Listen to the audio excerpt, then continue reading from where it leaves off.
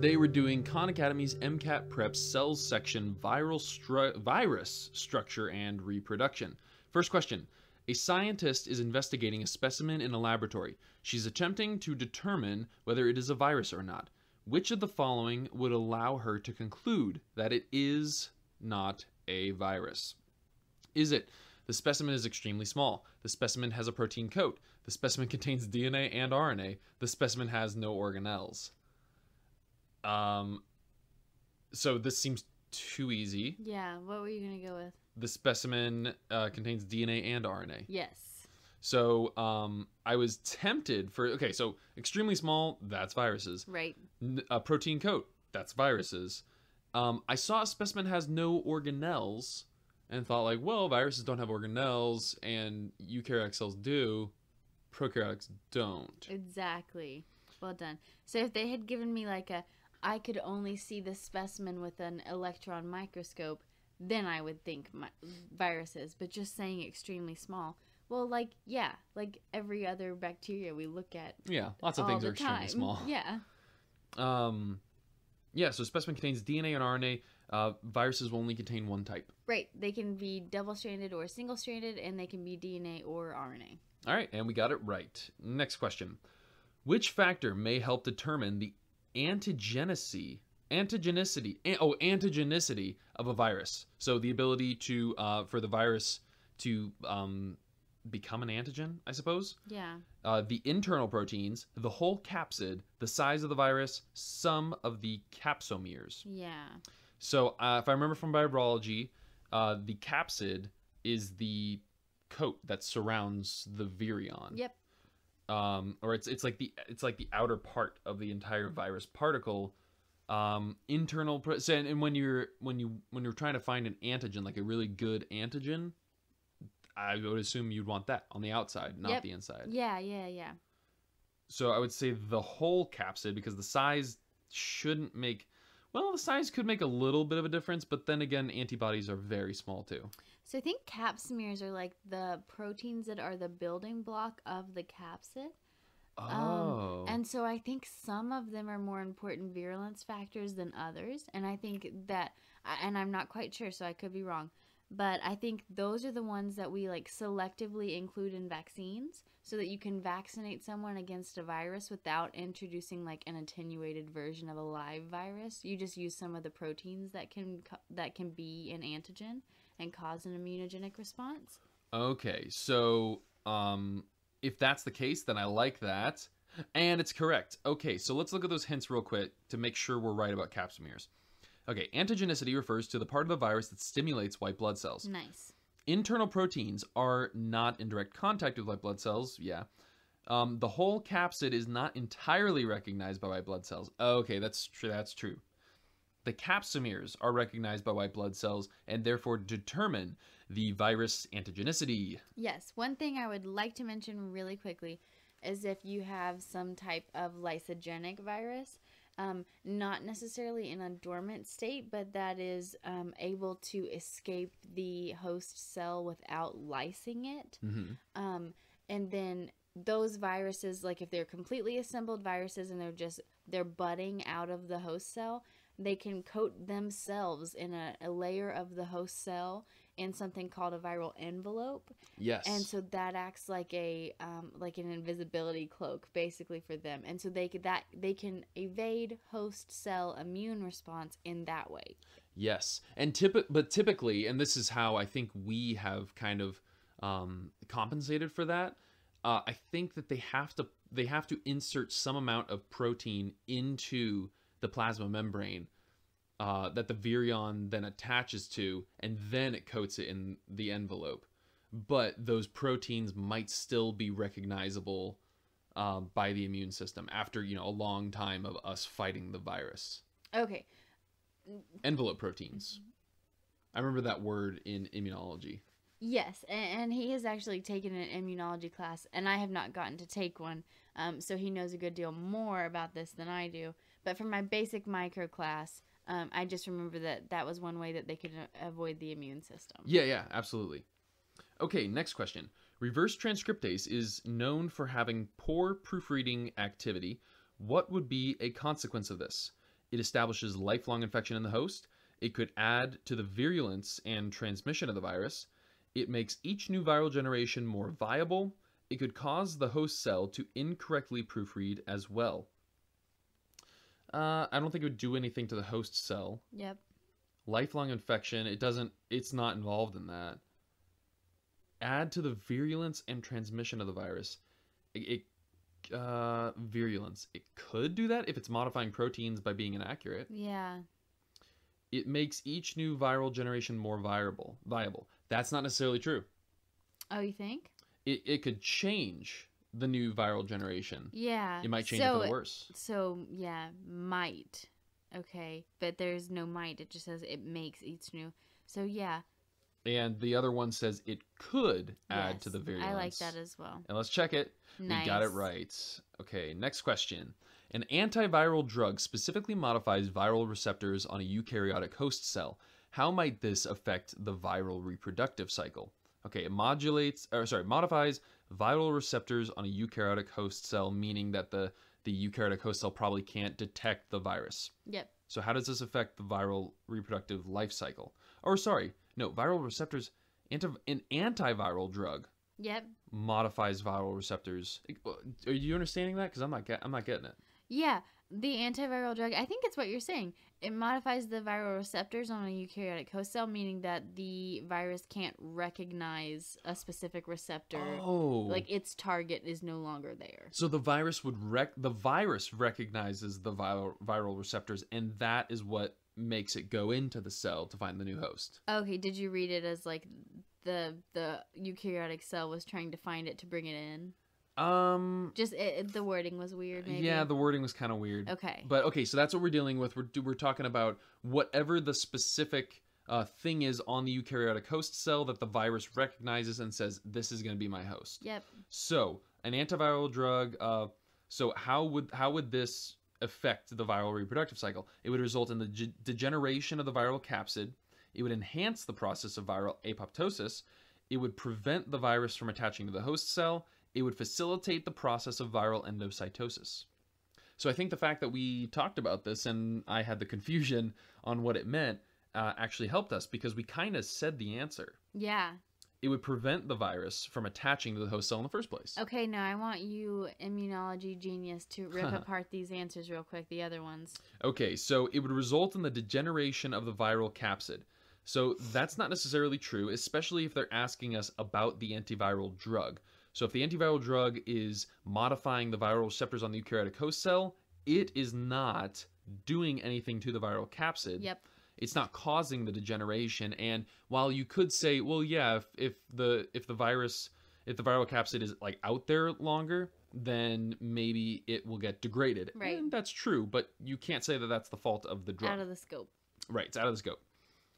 It would enhance the process of viral apoptosis. Oh, rip it to shreds. Oh, it would not do anything. Plus, apoptosis In a cell? enhance the process of viral. Yeah, first I can't get in the cell. Yeah, that's a bad question. Yep. Sorry, the bad answer. It would facilitate the process of viral endocytosis. In fact, it's doing the exact opposite. Yes. It's restricting the process of viral endocytosis, making the correct answer. It would prevent the virus from attaching to the host cell. Okay, next question. Question number 5. What is a hallmark characteristic of reverse transcriptase? It challenges the central dogma of biology, DNA to RNA to protein. It is encoded in the host cell's genome. It allows the virus to infect bacteria through endocytosis. It reads genetic material backwards, 3' to 5'. Oh, cringe. Oh, we do read genetic material from 3' to 5'. Yep. Okay, yep. that's not correct. That was painful. It is encoded in the host cell's genome. It is in fact not. I think it's like the only polymerase, like nucleotide polymerase, involved in viral infection that has to be provided by the virus. That was so beautifully worded. Nice. I like it when you say the things I say are beautifully worded. Okay. It allows the virus to infect bacteria through endocytosis. No, it's not involved in that at all. It's involved in like DNA replication. I see an answer that looks nice to me. Yes. It challenges central dogma of biology. So what happens with reverse transcriptase? If a virus goes into a cell, it has some kind of genetic material in it, but it also has reverse transcriptase. What's happening? Okay, so I could tell you that, but I want to, since it's been a while since you've taken micro, what kind of genetic material would you think that a virus that needs reverse transcriptase would use? So, answering a question with another question, I would say that it uses RNA. Okay, what kind of RNA? Negative sense, because positive sense is what codes for proteins. Yep. So if you have negative sense, that will create a positive sense strand. Yep. Which is why you would need reverse transcriptase. Yep. Or no, it creates a positive sense cDNA, right? I don't know. You're on the right track. Yeah. But anyway, we talked about this earlier too. So if it would be a DNA virus, those are the only ones that need to be taken to the host cell nucleus to be replicated. If it's a positive sense strand mRNA that gets introduced, then it can just be translated into protein. Right at the ribosome. Yeah, and then reverse transcriptase will allow us to read the negative sense strand mRNA. Goodness gracious. Negative sense RNA. Yes. Okay, so that definitely challenges the central dogma of biology, and we got it right. Okay, question number 6. Which central dogma of genetics had to be revisited after discovery of a retrovirus? Didn't we just answer this? Yeah. So is it transcriptase assists in the formation of proteins? Messenger RNA does not always code for proteins. RNA replication cannot occur prior to translation, or DNA makes RNA that makes protein. Well, this one's a little bit, I don't know about this. Yeah, because it's not just asking for the definition, it's saying what part of the definition. Okay, so DNA makes RNA that makes protein. That is the central dogma. Right. RNA replication that cannot occur prior to translation? RNA replication? That doesn't sound right. Yeah, it doesn't. I'm liking the messenger RNA does not always code for proteins. Messenger RNA does not always code. So after the discovery of a retrovirus, so what does a retrovirus do? A retrovirus takes RNA and it makes cDNA that then gets inserted into the host cell, right?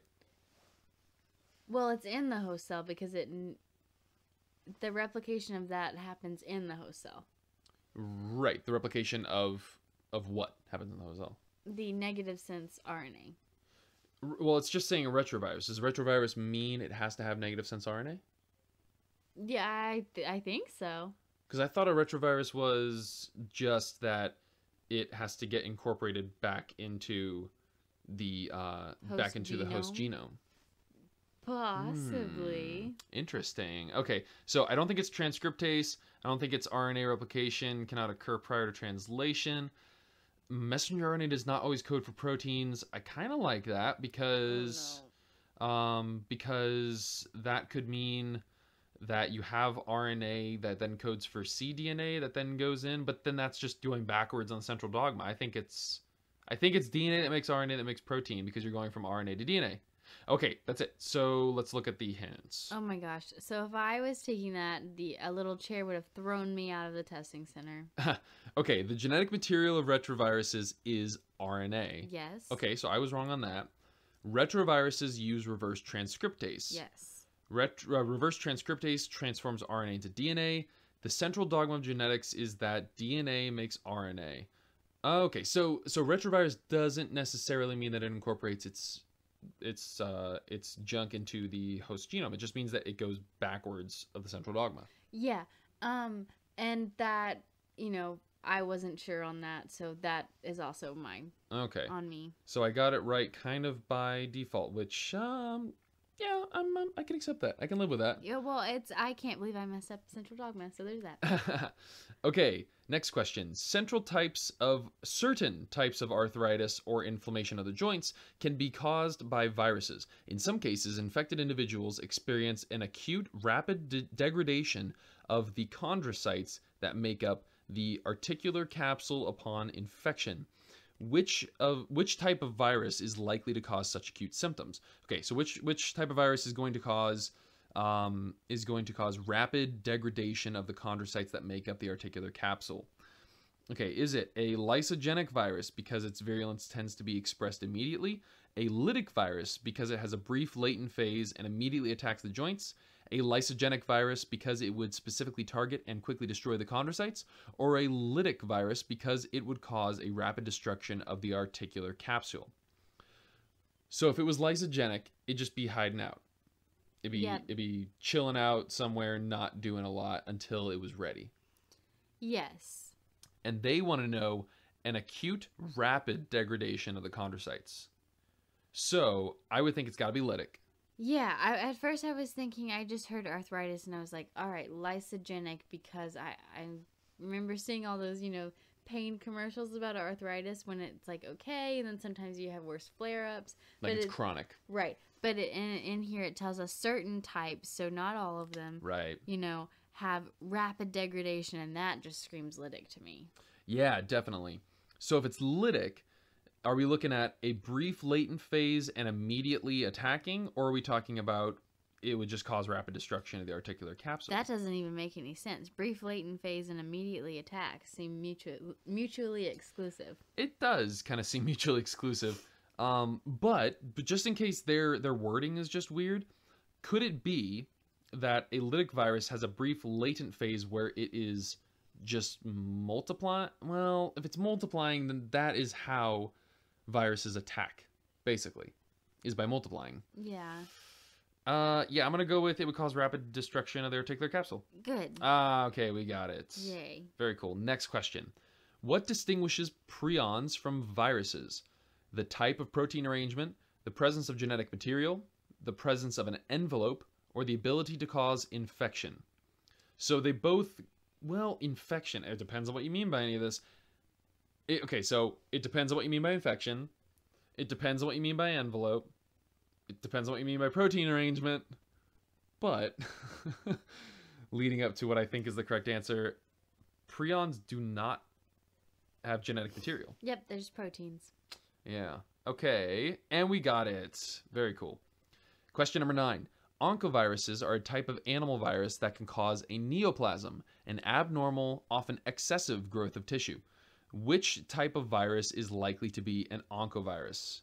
So it's an abnormal, excessive growth of tissue. So lysogenic virus, bacteriophage viruses, enveloped viruses, lytic viruses. Abnormal, often excessive growth of tissue. Okay, bacteriophage virus doesn't make sense to me. Yeah, all viruses are extremely target specific. Yeah. Enveloped virus? No, that would be if it was talking about how it evades the immune system, maybe. Yeah. A lysogenic virus kind of feels right. If you're talking about growth of tissue. Right.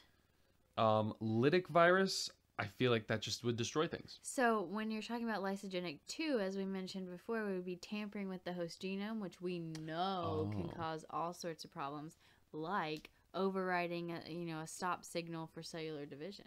Oh, you're right. And we got it right. Very cool. Okay, yeah, let's look at those hints real quick to make sure our thinking is correct. Bacteriophage viruses attack bacteria. Presence of an envelope does not determine tissue growth. All lytic viruses destroy the cell, while lysogenic viruses may be replicated with the cell. Thus, the host will generate new daughter cells infected with the virus, eventually leading to a neoplasm known as a tumor. Well, but isn't that only if... It would only lead to a tumor if the virus was, like, messing with it, right? So the lysogenic, in order to lay dormant for so long, most of them integrate into the host cell genome. Right. Yeah. And so, which could mess up some kind of other machinery. Exactly. Okay. All right. I like that. That's why Okay. like a lot of treatments are moving towards protein based, like human treatments for diseases now, because certain other methods like transfection with genetic elements or even CRISPR, just any time that we're working with something that can edit the genome is intrinsically more dangerous than something that we can like introduce exogenously. Okay. All right. All right. Okay. Last question. A hybridization probe is a fragment of genetic material that is used to detect the presence of nucleotide sequences that are complementary to the sequence of the probe. Which infectious agent could not be detected with a probe? A virus with single-stranded DNA material, a retrovirus, a prion, or a virus with double-stranded RNA material. So if it's a hybridization probe, meaning that it's kind of like an miRNA, then it's looking for genetic material. All these except for one have genetic material. Exactly. It's got to be a prion or prion. Hey, and we got it. Onward. Well done. Very nice. Strong work, gang. Confetti party! Confetti party! Oh, I love that confetti.